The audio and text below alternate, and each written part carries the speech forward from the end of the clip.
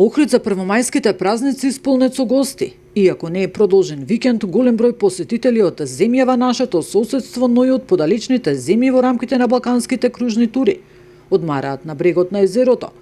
Тие покрај во убавините на градот, уживаат на плажите или во бродските тури, а исполнети се и угостителските објекти.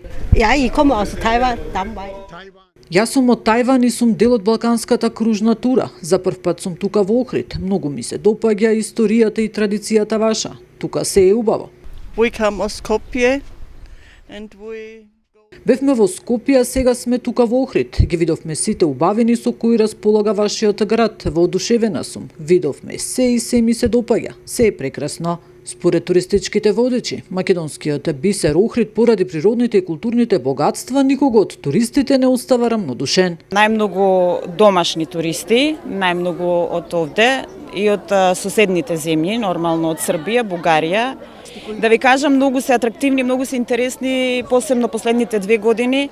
Доаѓаат многу азиски гости од Азија, Јапонија, Виетнам, Малезија, многу се атрактивни и тие многу се чудат на староста, на антиката, на традицијата овдека, на посебниот начин на живот и најмногу прашања имаат тие. Хотелирите се оптимисти и се надеваат на плодна туристичка сезона ова лето. Имаме одлични исполнето за сезоната, одлични најави, само за жал не може да живееме од една сезона цела година, така што се надевам дека и оние планирани ноќевања од септември натака ќе се реализираат.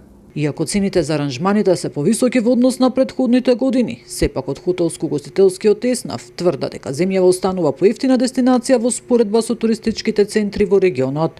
Нина Аритоновска, Сител телевизија.